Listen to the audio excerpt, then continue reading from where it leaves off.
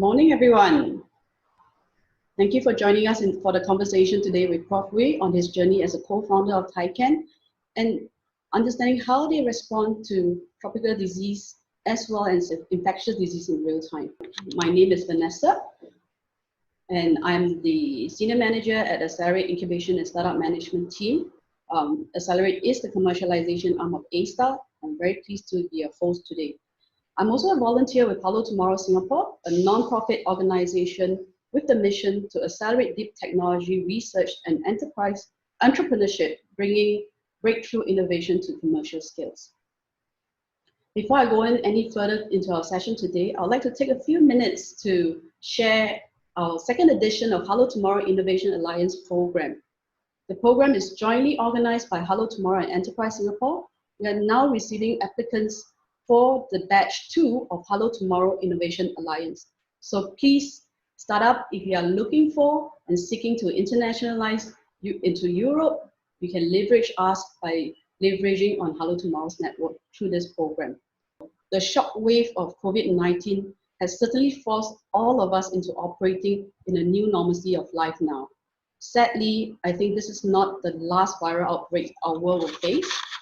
And today, we are very pleased to have the Tychan founder, Prof Ooi Eng Eong, to join us in our chat on responding to disease in real time. And more importantly, I think what is really encouraging for me is how they overcome the odds. Prof Ooi hosts concurrent appointments in SingHealth, Duke-NUS Global Health Institute, as well as joint professorships. Initially I wanted to list down all, but I realized that there's too many here. But he has joint professorships in the National University of Singapore. He also co-directs the Viral Research and Experimental Medicine Center at Duke-NUS Academic Medical Center, which aims to develop molecular endpoints for use in viral diseases, therapeutics, and vaccine trial. On top of that, Prof Ooi has received multiple times a clinician scientist senior investigator award by the National Medical Research Council in 3 occasions in 2010, 2014, and 2019. Thank you, Prof Ooi, for joining us and taking your time in the midst of your busy schedule running clinical trial. Thanks for having me. So Prof Ooi, let me just start. As I was going through your bio, it really makes me wonder, how do you actually find the time and the energy to fulfill all your so many different roles and head as a researcher, as a clinician scientist, as a co-founder of startup? I'm not even talking about the family aspect. The missus will have to take that a separate conversation. So what are your key driving force that keeps you going? Well, I think I work with a great team. I mean, it's at the end of the day, I think it's the team of people that make all this possible. It's not all this that is happening is not just me. A lot of people work very hard behind the scenes, and I think without them, we won't be here today. So it's a team at both Tychan, 20 over people there now, as well as here in Duke-NUS in the lab, where the more basic research and the early translation actually happens. So what were your initial challenges, in starting up Tychan? Could you share a little bit with the audience your journey and the history of Tychan, and why Tychan? What is the meaning behind the name Tychan? Okay, so the name, so Tychan is co-founded with a very close collaborator of mine, Ram Sasesekaran from MIT, as well as the Singapore MIT Alliance, so SMART. And he's a bioengineer, and he's the brain behind all this antibody engineering. And then I bring the clinical, the science to the clinic kind of experience, I guess. And that's how this whole thing started. So the Tychan goes way back. I mean, the name actually, to give you an idea of what the company wants to do, is derived from 2 words. The first word is Tyche. Tyche is a Greek goddess that looks after, that protects a city. And the second word, the A-N, is Chinese, is Ping An, right? So that's how we put the 2 words together. Coincidentally, it was named by our two daughters. So his daughter came out with Tychan and my daughter came out with An. So how that came about was, for obviously monoclonal antibody has been used for, started with infectious disease, but after that, the application went towards cancer, towards autoimmunity and all that. So when I first met him, he was trying to develop antibody, a pan-flu antibody. And I said that, actually dengue could benefit much from an antibody as well. And so he then started work on, we started collaborating on a dengue antibody. That then led to a few things. One of which was when the 2014 Ebola outbreak in West Africa happened. The Singapore authorities asked, can this be done? Can we develop an Ebola antibody? He of course was, went ahead and said, yes, we can do it. But then we realized how difficult it was. I mean, it took so long to even get anything done. And that we said, if we really want to respond to outbreak, we cannot do it the way it's normally done. Right? And so that was like the real wake up call. Well, I mean, we knew it was going to be a long journey, but it's more like here are all the practical hurdles on why we cannot translate faster than we should. So when the next outbreak after Ebola was Zika, when that came along, we said, okay, now let's put some science into practice.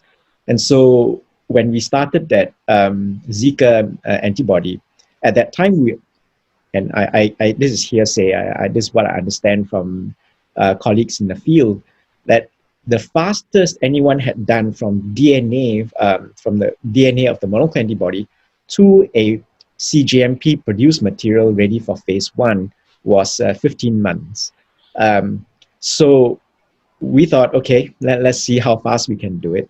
And essentially, we took the entire process. We didn't stop anything. We just did the entire thing, but we did certain things at risk. So instead of doing them in parallel, we did them in series, so that we shrink the time. And we managed to do it in about around a year. So we shrunk that 15 months to a year. And then, but that was a really important exercise, because we then derive a lot of material in all the various stages of manufacturing that we could now allows us to bring in some deep analytics to say, okay, if this is the quality of the final product, at what point have we actually derived the final product? That we don't actually have to go the entire journey, right? So, and what can be shrunk? What are actually unnecessary, right? And what can be bridged by good, deep analytical data? So that Zika was a real start. So the next outbreak that came along was yellow fever, and then we did that in 7 months. And the paper just got published in the New England Journal of Medicine last Thursday, our time. And then now with SARS-CoV-2, we did it in 4 months. So I think we can still. I think there's still a lot of room for improvement. As our chairman said, right? 4 months is still 4 months too long. So there are still a lot of areas that we can do better. And so that's the motivation, that if you want to respond to outbreaks, and outbreaks happen so fast that the traditional processes from bringing a monoclonal antibody to the clinic is too long. It's not fit for purpose. So I think let us go back a little bit. Why did you choose to start with infectious disease? I mean, typically most developers of novel antibodies in the field will work on sexy disease indication like cancer and etc. Yeah. Why infectious disease? Yeah. Well, partly because our interest is infectious disease, but I think the infectious disease provides an important context. The context is, see, for any drug, anything that in medicine is all about cost benefit, right? So, for instance, it comes back down to as simple as, what's the definition of hypertension? And the definition of hypertension is that the treatment with antihypertensive drug, the benefit of which outweighs the cost of treatment. That's how that 140-90 came about, right? It's not that, oh, beyond this, that's the line that, 130-80 is okay, 140-90 is okay, you're hypertensive. It's not. It's just that if at 140-90 onwards, if you don't treat, then the complications start to set in. But if you look at recent papers, they're arguing that you should treat even earlier. But that now creates this thing about, okay, does the cost justify, or does the benefit justify the cost? So likewise, to develop a antibody at accelerated timelines and all that, there is an associated unknown, and the unknown is the cost, right? Now, but the benefit is that, okay, if you don't do anything, then a lot of people are going to get disease like COVID-19. A lot of people are going to die from it. So it allows the regulators a justification to accept some cost or some risks because of the possible benefits. Right. So infectious disease, I think, provides that context for us to change how the game is played. So how hard was it to really convince your funders that, to take the risk with you? Because like you said, a lot of manufacturing process typically is done within a 15 to 24 months window to get GMP product into the market. Not even to market, just to IND approval, right? And that you are doing multiple, I guess, activity in parallel, and that does pose a risk. So I guess it's a two question here. One is that, in your experience on bringing Zika virus, yellow fever, and now COVID-19 antibodies into the market in such a lightning speed, in my field that I was in, have you gotten any point that you took a risk and then it didn't pan out to what you wanted to have? So that's the first question. I think the second question that I have is that using your deep analytics, is it you just have to do it once to know, all antibodies production is the same and it's all converging at one point, or every single disease indication you go through, or even every single clone that you're producing, you will have to redo the deep analytics and ask the question, at which point is the product? Yeah, great question. So the first one, in terms of the cost, I mean, I guess we're fortunate that, because of the way Tychan was born, it was not because Ram and I wanted to start a company. It was more the other way around, that the Temasek wanted us to start a company. So then they were on board in terms of the vision, right? We didn't really have to convince them this, because they were convinced and they wanted us to start Tychan. So the good thing is that at least at the board of directors level, everyone is very aligned in terms of how they wanted Tychan to grow. So obviously, if you think about, the three maps that we developed, Zika, yellow fever, and COVID-19. Zika, by the time even though we did it fast, by the time we got our map, disease was gone. That's the nature of outbreaks, right? Yellow fever, again, also, by the time we got the antibody, we actually had a chance of doing some compassionate use in Brazil, and that's still on the cards. But again, events have overtaken us now. COVID-19 is everybody's focus. So fortunate thing, I guess, with COVID-19 is it looks like this virus is here to stay. So the chance of us taking it all the way through phase 3 into licensing, into post-marketing surveillance and all that is more real than perhaps the previous 2 outbreaks. So I think, not everything, there's a little bit of a start-stop infectious disease, especially if you want to respond to outbreaks. So it's always, if you think about it in terms of monetary terms, in terms of the financial gains and all that, it's much easier to go after chronic diseases. But I think the real unmet need is in diseases like COVID-19 that suddenly explodes, and you can see how it's crippled our Singapore's economy, it's crippled the world's economy.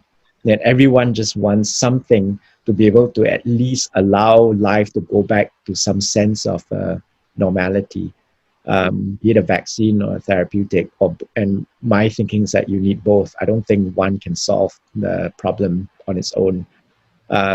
So the sooner we can do this, then we don't need a perfect solution for a time like this. We just need something, and we can take time to perfect it. But I guess speed would really contribute something to society right now.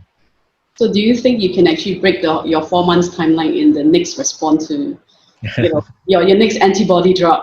Antibody. I hope so. Yeah, I mean, you asked the second question about how we bridge. I think that if we use the same process, that's what this iteration is, right? I mean, showing part of the journey is to show regulators like HSA and all that if we repeat the process, even though the target has changed, but the backbone of the antibody is the same, the cell that we use is the same, the process we use is the same, the consistency of the product is quite predictable. Right? So that then reassures the, it's not a journey, it's not all Tychan, it's actually a journey with the regulators, and it's shaped by the data. So does different regulators globally share that same vision? Like you mentioned about HSA, about your CFDA, your FDA, and your European counterparts. Do they actually share the same I guess outlook as if the base platform, your production cell line is the same, and your antibody backbone is the same, and that's being well accepted? Yeah, I mean, I think the journey itself is driven by data. That you're right, that our goal is not just to say, hey, we've done this and therefore accept it, but actually to present to them the data and let data convince them. We've not had to deal directly with FDA so far, although we have had things like NIH and all that have taken interest in what we were doing earlier on, and but yeah, we'll see. So I think I picked into one of the question by Dr. B. Xuezi from BTI. He was asking, if you could share what are the key bottlenecks in antibody bioprocessing that you generally found that it was helpful to help you to sort of compress your timeline to the market?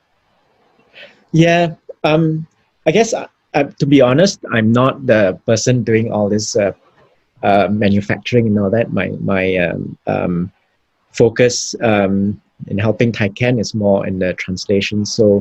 So in terms of looking at the virus neutralization, the antiviral measurements, the kind of assays, what kind of preclinical studies that we needed to do, what kind of data, and how to interpret the data that then takes us into the clinical side. And then in the early phase clinical trials, how we look at safety and how we look at potency and everything. The manufacturing side, I defer more to Nandu, who's running the company, as well as Ram, who's the bioengineer. As far as I know, I forget to add that we also have a very capable partner in WuXi. And so because they are very experienced and they have also thought through their process as well, so we've been able to do this rapidly and with good yield. So that's in part, largely thanks to WuXi. We've not had any, as far as I can think, I don't think we've had any major bottleneck. Obviously, again, bringing all the analytics help, because you can then know that what you are getting at this point in time, can kind of tell you that what's going to come out downstream is going to be okay, right? I mean, because you're compressing time so fast and you're doing things in parallel, what the obvious risk is that something has gone wrong, and that you don't realize it until 3-4 steps later. Then you realize actually this whole thing doesn't work. And that's wasted another few weeks. But by analyzing it at each step, we know that one is going to be able to predict the other. and that's how that's worked out quite well for us so far. Fantastic. So I think there's a few questions that's coming in on your deep analytics. The audience here are very curious. What is it, right? What is deep analytics, and how does it differ from conventional analytics? Everything from deep sequencing to mass spec, everything, whatever you can throw at it. Yeah, I mean, even to the point that you need to know the cell, right, and how consistent the cell is, and the quality. I mean, those who work with cell lines and study cell biology will appreciate that a lot of cells that we work on are aneuploidic cells. Aneuploidic cells are genomically unstable. And so what is CHO cells in one lab is not CHO cell in another lab. They're different. Right? So keeping that consistent, knowing that, how you manage those cells and all that all matter. So I'm just taking, so probably I'm actually starting to take questions from, I guess, sure. Yeah. So there's another question from William. He's asking, does the deep analytics algorithm actually consider glycan analysis on both the antigen? Maybe his question is on the antigen. Actually, my question is also on the product, your antibody product. As you know, different glycosylation pattern does change the way antibody work. If glycosylation increases your ADCC activity. So do you take into account in the glycan analysis in your deep analytics? Yes. Short answer is yes. I should add that the way that we develop our antibody is quite different from how most companies or others would do it. So we don't derive these antibodies from convalescent B cells or from animals or anything. So this is actually computationally derived. So we go after a target where we think that it's going to be from a mechanism standpoint, from a biology standpoint, that it makes sense to target this part of the virus. And then what is done is that you go to the entire FAB library sequence that's been published in the public databases, take that, and then the computation, you dock those antibodies on. And so you can now explore combinations. For instance, you can take say a VL from a variable light chain from, say, an anti-CMV antibody, and a VH, the variable heavy chain from, say, Herceptin, for example. Herceptin, antibody, and then combine the two. It doesn't exist in nature, right? Because they will go in pairs. But now you can toggle and bring those pairs that do not normally go together to go after an epitope. The other thing that's Ram Sasekaran's expertise is that he also looks at both in terms of the paratope as well as epitope on what amino acid can change. And the idea is that if the amino acid is in interaction with a whole lot of other amino acid residues, that may cause it to be important in holding the tertiary or the quaternary structure together. So those amino acid you cannot change, right? So from an epitope point of view, that's where we want to go. So that the sequence is not only conserved, but it's actually constrained. It cannot change. And the chances of resistance developing is much lower. Then on the antibody side, you also want to know, if you choose these combinations, can you change them to improve the binding affinity and potency, etc. So using all those, then we bring the whole thing together, and that's how we identify antibodies. And so then coming back to the question is that it's a very long way of answering a question, but coming back to the question, you're right that glycosylation and all that could change the paratope-epitope interaction. But you can actually computationally cater for all these possibilities right at the start of the engineering process. That's very interesting. I think you will hear a lot of people knocking on your door on your algorithms soon. and a very nice segue into that question, the answer that you have is Shan Chong wanted to know what receptor does your antibody bind to? Are you able to review there? For the SARS coronavirus 2, it binds to a part of the RBD, but not over the ACE2 binding site. So it's actually on off the ACE2 binding site. And what it does is that we think it fixes the spike in a particular conformation, and it cannot move. And so then it cannot uncoat. So it doesn't stop the RBD from binding to ACE2, but it just cripples the virus after that. It cannot undergo the kind of conformational change necessary for fusion to occur.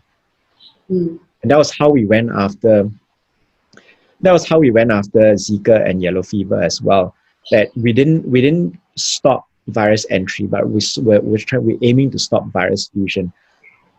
Now, maybe that's unnecessary for SARS coronavirus 2, but for flaviviruses, that was important, we felt, right? Because, and that goes back to the work that we did in our lab. For dengue, there was this concern about antibody-enhanced infection, where, for the antibodies that you develop after one infection with one type of dengue, then predisposes you to more severe dengue because the cross-reactive antibodies do not neutralize the second infection with a different virus, but instead help the virus to get into myeloid cells through the Fc receptors.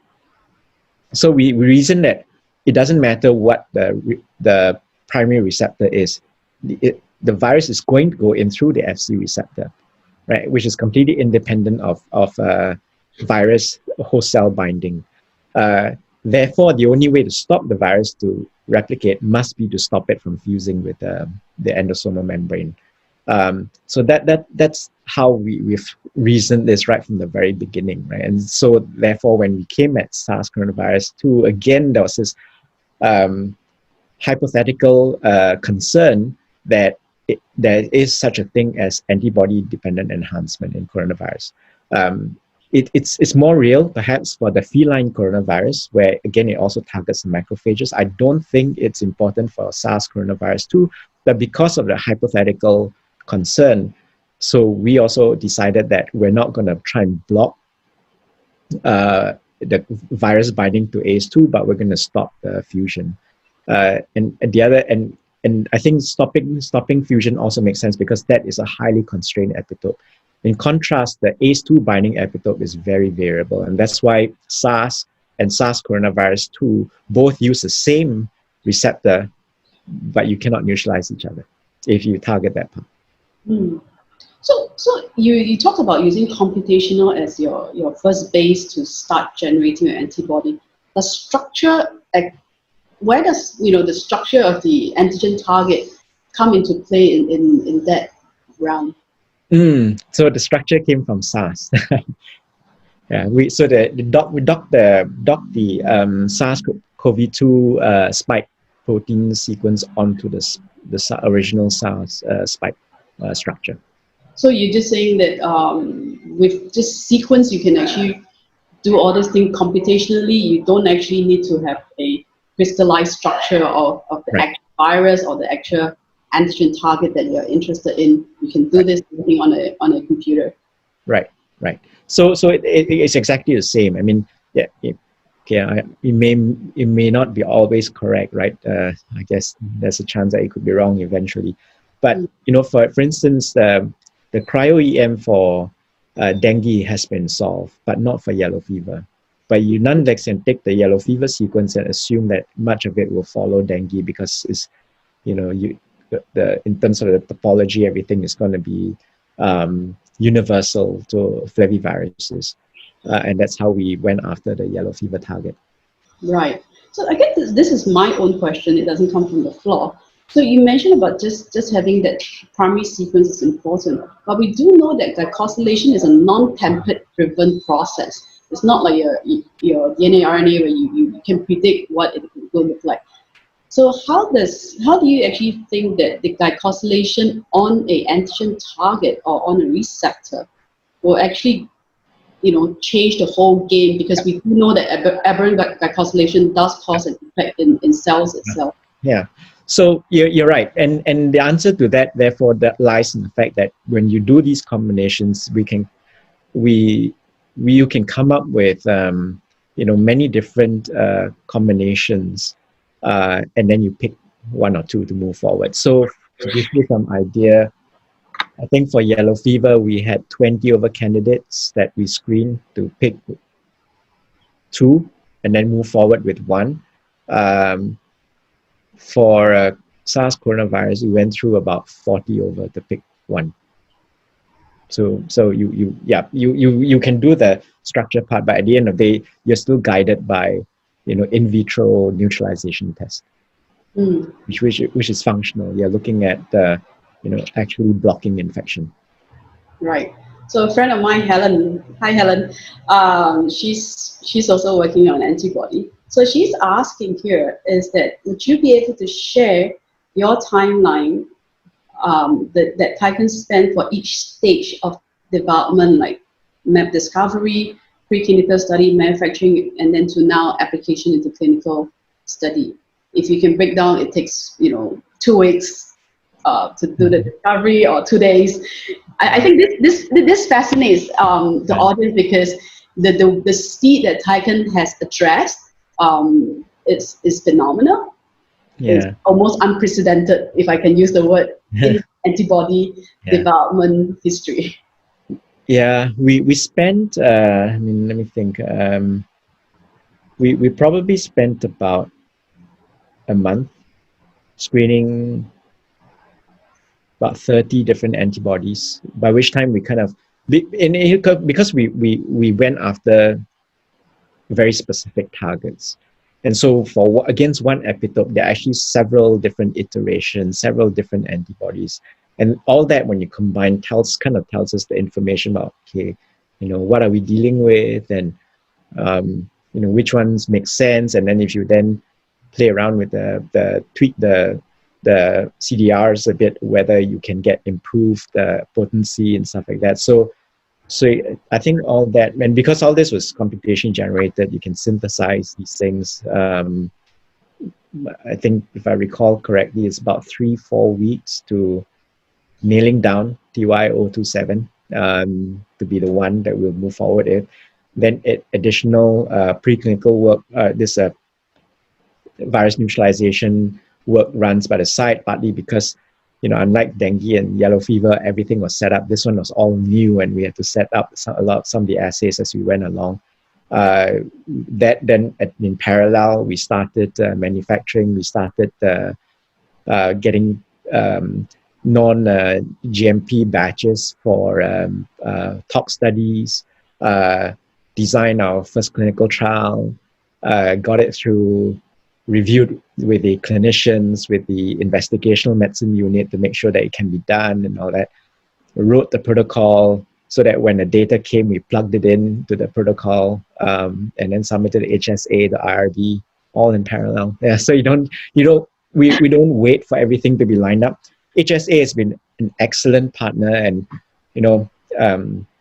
everyone always talk about FDA and EMA, but I have to say HSA has been an excellent partner, and they've really walked the journey with us. They allowed us to submit the protocol and review it on a rolling submission basis. So whatever data we have, we submit, we update, and then keep looking. And whenever there are questions, they'll come back to us so that we address it immediately, rather than wait for the whole thing to go in and then they come back with 100 questions and then we start all over again.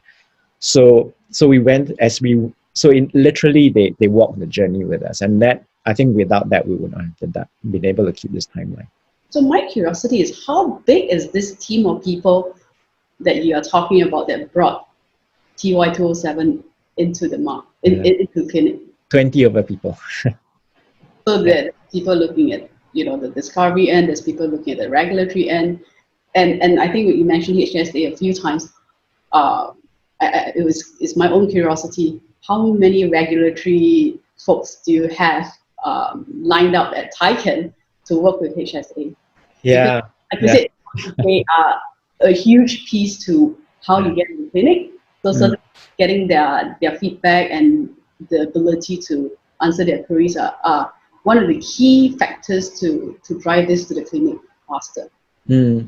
So in Tychan, that we have a lead, the CMC lead, that he was really good, and he's very well trained in the deep analytics. So he took care of the CMC and made sure that we had very strong data to support our package. And then on the clinical side, a couple of people, Justin Eng and Anjali, who helped did a lot of the heavy lifting in terms of protocol writing and all that. I have to say, I just edited drafts. I didn't have to write it. So they did all the writing. And then because we have built very strong collaborative partnership with SGH and Sing Health, so the clinicians are also very involved with this process. So that we know that at the end of the day, when whatever that moves into the protocol, when it gets to the clinic stage, it can be done. That there's no surprises, because the clinicians have gone through it, thought through it. They know that it can be done, right? So no surprises when you get to that stage. The worst thing is, I think, everything is approved, then you get to the clinic and it actually cannot be done, right? And surprisingly, and that's where the breakdown tends to happen. That in the field of science, we don't always appreciate what happens or what cannot happen in the clinics for various reasons. Sometimes it's just practical issues that stop it, right? But so it's helpful to know what the clinicians can do and cannot do practically. Okay, I will just take one last tech-related question here. It's by David Wu. So I'll read it out directly. I think your technology acts as a pseudo-molecular clamp. How long does your antibody last in the body? I think this is talking about half-life. Is the antibody-bound virus cleared from the system effectively? And what mechanism does it use to clear? Yeah, great question, David. So the half-life is very typical of all IgG antibodies, IgG1 antibodies. So it's about 2 weeks. And again, very reproducible across, say, you look at Zika, you look at yellow fever, it's the same. So that's very predictable. In terms of how the antigens are removed, we don't fully know. And that's partly why we took the stand, again, coming from a lot of work that we have done with dengue, that we don't modify the FC. We actually keep the FC as it is, so that the FC receptor mediated functions are all in play. I mean, to avoid this idea of antibody dependent enhancement, some people have explored this LALA mutants and all that, where you modify the FC so that it does not interact with the FC receptors. I think then there, in that context, then the question is, what happens to the virus, the antibody bound virus, or the immune complex, right? It has to go somewhere, so that's why we took the stand that we should enable this FC receptor mediated functions to happen, and then we can always tweak the dose so that you get the kind of properties you want. The idea of tweaking the dose to get the right kind of FC receptor mediated function is it happens all the time. I mean, we just don't quite understand how it works. So it is possible that the idea of IVIG, intravenous immunoglobulin, which has an anti-inflammatory property, but nobody really knows how the anti-inflammation works. So some people postulate, various receptors have been postulated. But one possibility is that because you put in so much antibodies, that when it binds to the antigens and all that, it creates this slightly larger immune complex. The larger immune complex, now it can interact with FC receptors that are expressed at lower level. So on the cell membrane, it's further apart. And for FC receptors, you need to co-ligate them, right? So one such receptor is FC gamma receptor 2B. And many years ago, Chan Kwan Rong in a lab, when he did his PhD, now he's a principal research scientist. In his PhD days, he showed that for dengue, that's how it works. If you have a lot of immune antibodies, even if these are not completely neutralizing, as long as you can aggregate the virus to form this immune complex, you will co-ligate FC gamma to receptor Fc gamma receptor 2b, this receptor is an inhibitory receptor. So it shuts off inflammation. It shuts off all the signaling, right? So for a disease like COVID-19, where inflammation is driving the pathogenesis, then, actually a high-dose antibody not only knocks out the virus, but it could potentially also be anti-inflammatory. So maybe that's the reason why some of the cytokine storm, the early, Right. The Right. observation of how some people actually have a huge reaction to the virus actually give them more problem than helping them to treat the virus by the immune. Right. So I think that's the nice thing about antibody, right? Besides just being that antiviral, having an antiviral property, there are other properties that you can bring into play, by tweaking certain things, including the dose. So okay, let's go into more light-hearted topics. I think we've covered the technology. I hope most of the audience here are people that are within the field. So I think just going to more light-hearted notes on the challenges ahead for yourself as a clinician scientist, as well as for the antibody that Tychan developed. We see there's so many different ways of what I call the race to COVID-19 pandemic solution, right? You have your detection, you have your protection and prevention methods, and the treatment. So we saw the first wave of race to detection. Even a lot of our local researchers joined in and worked very hard to fight COVID-19 by launching different sets of test kits, ranging from Fortitude, Resolute, CPAS. I think the most recent one is called Assured, which is an antibody-based kit. So, and these are all conceived and designed in Singapore. I think what I'm seeing here as the second wave is the wave of vaccines. So you see Moderna, AstraZeneca coming out. There was another company, I can't remember what's its name, posing their different promises in how post-immunizing their phase 1 clinical trial patients, they do see no severe clinical side effects, and that they are seeing very good promising data coming up from it.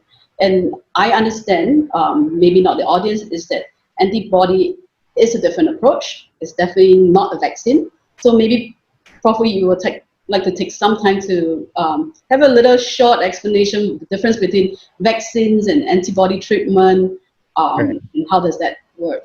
Right. Yeah. Antibodies, basically are produced from vaccines or from infection. And long before the Fleming discovered penicillin, that was how we treated infectious diseases, right? So we get antibodies from donkeys, from horses, from large animals. So you inject say, like for example, diphtheria. You inject the toxin into the animals, and then you harvest the serum, and the serum would contain anti-diphtheria toxin antibody. Then when someone gets diphtheria, you infuse the antibody. That worked, but it also means that you can only use it 1 or 2 times, because after that they'll develop anti-horse or anti-donkey antibodies, and that's it. It won't work anymore, right? And that's why we then discovered the type 3 hypersensitivities or serum sickness, because you actually react against these antibodies. And so it was a really a mainstay in infectious disease treatment until penicillin was discovered. Then opened up the era of antibiotics, and then we dropped this this kind of dirty approach. But monoclonal antibody, with the discovery of monoclonal antibody, that changes everything, right? How you make antibodies and all that in the lab. But again, it was a difficult. It's a lot of technology is in its infancy, so everything was expensive. And one of the things that we learned from doing Zika, yellow fever, and all that is that as you shrink the time, actually the cost comes down tremendously. One of the most the biggest contributor to the cost of drug and all that is time, because so many people are involved. You have to pay for their time and all that. And so because of this enormous developmental cost, then you want to go after a disease where the usage is chronic, the usage is high, and people are willing to pay, right? i.e. cancer and autoimmune diseases and all that. Whereas infectious disease, you give one cause, like we think that COVID-19, one dose is going to be enough because of the half-life of 2 weeks, and then you cure the problem, then where's the money, right? You can't keep making this money. So, but I think that's where we then need to push the technology to make it more applicable to infectious disease. So the kind of paradigm that monoclonal antibody development or therapeutic monoclonal antibody development that's been applied for cancer cannot apply to infectious disease because it's commercially just not viable. So you kind of have to reinvent that wheel. So that then allows us to give the antibody before infection and before vaccination so that you will prevent disease. Or that when you get disease, you give the antibodies earlier so that you recover faster.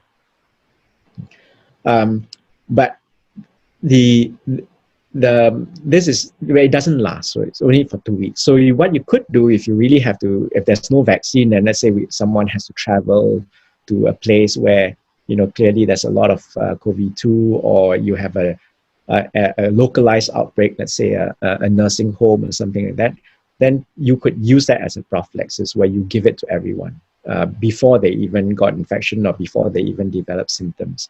And I think that's an even better way of using antibody. Unfortunately, it's a terrible way to do a clinical trial. It's amazingly expensive. Many years ago, in 2009, during the H1N1 swine origin H1N1 pandemic, at that time we were also looking at chloroquine, and that's this controversy with hydroxychloroquine. So from the start, when we did the lab work, I didn't think that it would work as a treatment, but I thought it had a chance as a prophylaxis, right? So because the bar is lower if the virus hadn't come in. If you already have virus, then you try and treat. It's a different game. So we tried to test chloroquine as a prophylaxis against influenza. We recruited 1,600 volunteers, double-blind placebo-controlled trial, randomized them 1:1. So 800 got hydroxychloroquine, 800 got placebo. At the end of the day, the trial was underpowered. There was not enough events to see, but there was no efficacy. But that taught us something, right? You want to do a prophylaxis trial, it is expensive. You need thousands of people to see a signal. So in that sense, although I think antibody works best as a prophylaxis, we're doing a therapeutic trial for practical reasons. But I think the data would enable prophylaxis use anyway, but let's see.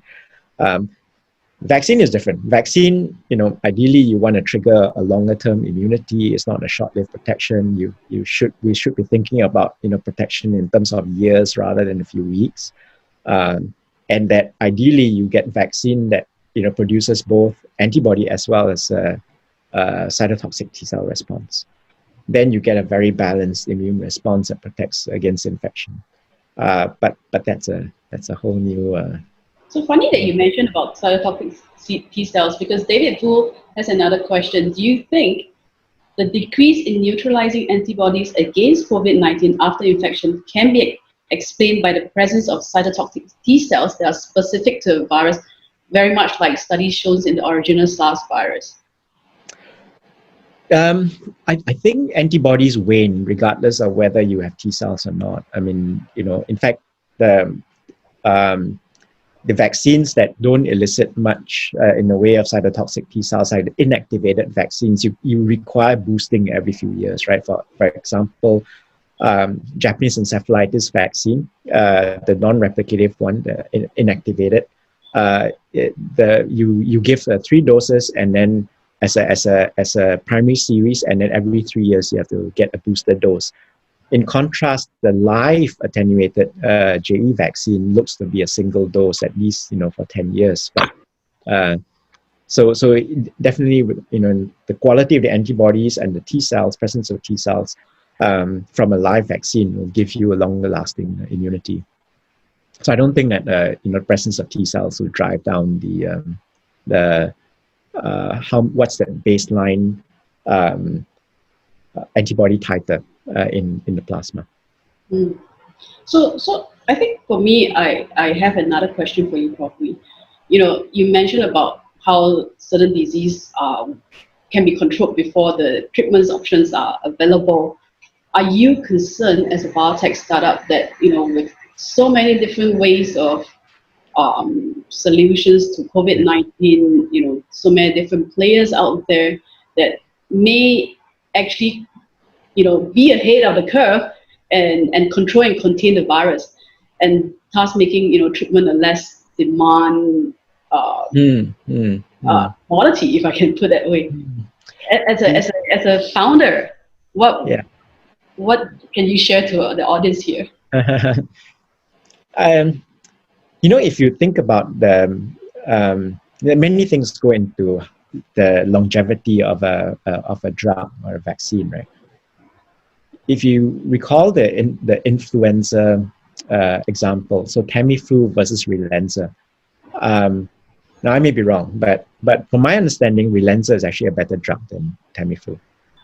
But everyone knows Tamiflu, very few people know about Relenza, right? Maybe we think, and I've heard different stories about this. One said that, Relenza is delivered as a spray into the nose. People don't like it. You sneeze and you feel uncomfortable after that. Prefer to pop a pill, or other thing. But actually, there are issues. Also, I think at the end of the day, is how the companies market it, how you price it, how accessible it is. So there are a whole lot of other factors that come into play. And I think at this point in time, we desperately need solutions. Rather than we need to think on the long term in terms of the dollars and cents right now. I think, if this was like SARS in 2003, I think, the market's going to be small. But I mean, you look at it now, how many million people have already gotten this, right? And it's not stopping. So it's going to go around the world and again and again. I don't think we're going to get rid of this virus. So I think the more solutions you have, the better we will be able, first of all, to kind of reverse the cost of this pandemic to society, first and foremost. And then from then on, we can decide many different ways. That's probably beyond my understanding in terms of the economics, which ones make sense. But I guess for us now, we just want to be able to... The virus is not stopping, coming from an eminent clinician scientist like that, it worries me, because I'm still looking forward to my next travel plan. I'm not sure how is that going to happen when you said that. So, okay, we are left with about 4 to 5 minutes. Maybe let me just take, this 4 to 5 minutes to ask Prof Ooi to talk about the future plans for Tychan. Will Tychan continue to focus on infectious disease? Is there any plans to move to other diseases here? I don't think there's I think there is much that needs to be done for infectious disease, right? Like I said, if you really want to be able to respond to outbreaks, 4 months is still a little bit long. I mean, think of how many people have been infected, even in Singapore alone, right? 40,000 people got infected within this 4-month period. 20 over people have died from it. 4 months is too long. And 4 months is only to phase 1. We're not even into licensed use. So, although we've been focusing on this preclinical, clinical stage, within the clinical trials, there's still so much that we can do, right? I mean, fundamentally, why can't we go further? Why can't we straight away jump into patients? Why can't we, why wouldn't we know that this is effective or that there's efficacy? Why must we go and do a large scale, several hundred people clinical trial? The answer is because we don't have a correlate of protection. We can't tell right from the outset that if you have so much antibody in the blood, you will be protected against disease. Nobody can tell us that, right? So that can be measured easily, but for example, from your PK, you can work all that out. But the question is, will this protect? Nobody knows that. So I think the more we can understand what actually protects, how it protects, how much do we actually need now, if we can now distill it down to say, here is the minimum threshold, and it's a most conservative look at things, that if you have a drug that exceeds your EC50 by say 10 times, 99% of the time it's going to work. In which case, do we need a phase 3 trial? Like maybe, you can in parallel run a phase 3 trial, but it shouldn't stop you getting the patients now, right? But that knowledge needs to be there, that data needs to be there to justify that we can do things differently, right? So for me, if you ask me when will we have license use, phase 3 and all that, the true answer is I don't know. It depends on the prevalence of disease. But it's going to take a few more months, 6 months possibly, right? But which means that the whole journey still takes about a year. It's still a year too long, right? Why can't we do this in a faster way? Why can't we make it happen within, say, a few weeks from a new virus emerging? In a few weeks, we should have solutions that may not be perfect, but it will work at least to save some lives, right? And I think that's where we want to be, and I think we have a long way to go still. So do you have any plans to engage more with the local players in terms of biotechs, as well as, I guess, research institution going forward to help to build the entire biotech ecosystem in Singapore? Yeah, absolutely. I mean, I think it will take more than just Tychan or Duke-NUS to solve this. This is a major undertaking, right? And the more we can look at things with take a fresh look at things, come from it from imagine the possibilities and explore it, the better it would be, rather than be stuck in the current paradigm. Obviously, it's not working well. Okay, I think we are right on dot. This is it's 12 now. So thank you very much, Prof Ooi, for your sharing. It's very, very heartening to hear your earnest views on various discussion points, from the how we geek out in the middle on the technical terms to what's your view on how infectious disease should be tackled in the future. So for the audience here who may be thinking of creating their own biotech startup, maybe Prof Ooi, you could just give us one pointer on how to start on the right foot here. I wish I knew. That's the honest truth. That's the honest truth. But that's okay. I think this is just how research is, right? You go in and you try again. Yeah. I think follow your dreams, man. I like that. You know until you try. So follow your dreams. So everybody, follow your dreams, follow your tummy. You can go to lunch. Once again, thank you very much, Prof Ooi, for your precious time today. With this, I shall close our discussion today. On behalf of the organizing team at A StartCentral and Hello Tomorrow Singapore, thank you everyone for your time and participation in this forum. I wish you all have a wonderful lunch, and thank you once again. Thank you. Thank you, Prof Ooi. Thanks. Right.